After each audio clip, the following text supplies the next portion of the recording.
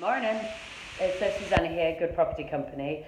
And by the way, guys, have a good look. We got loads of playlists for you. We kind of divide them into like buy to sell, buy to keep, raising private finance, renovation, good business advice.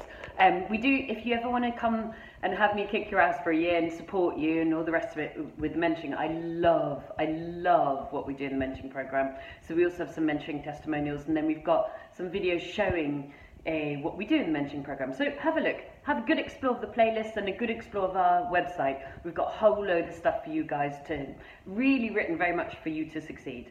Right, I just thought we'd talk about books. I am a massive bookworm. It is Sunday morning. I am, just about to go do a workout, but I'm gonna have my breakfast first. Here we go. So a nice little bit of porridge first. And I think I can hear the guys arriving. They got a little bit more work to do in my house.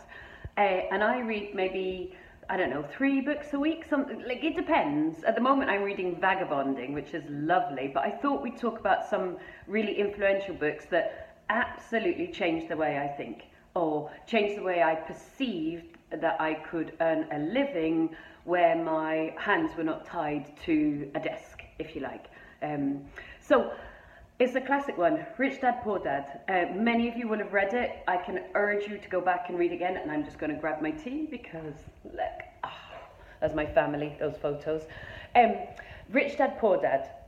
It totally changed the way I think, and I'm sure a lot of you have read it, and if you haven't read it, I'd urge you to go and read it.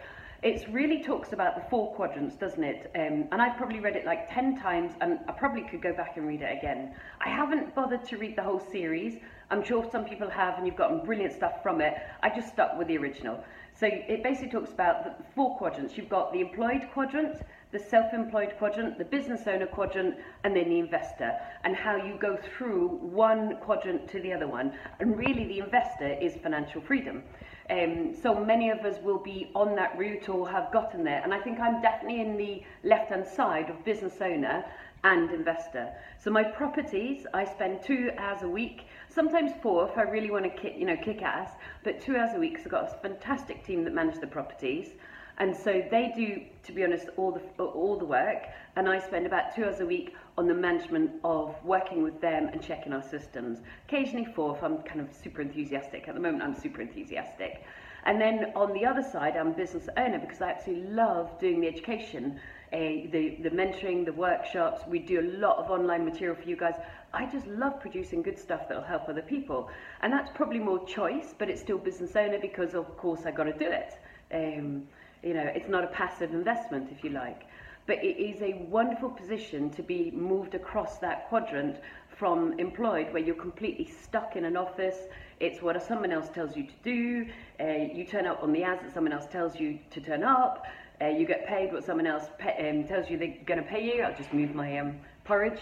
And the tax comes off before any expenses. Well, thank you, but that's just not an effective use of money, is it? And one of the main keys for Rich Dad, Poor Dad is that the tax comes off really after many of your business expenses.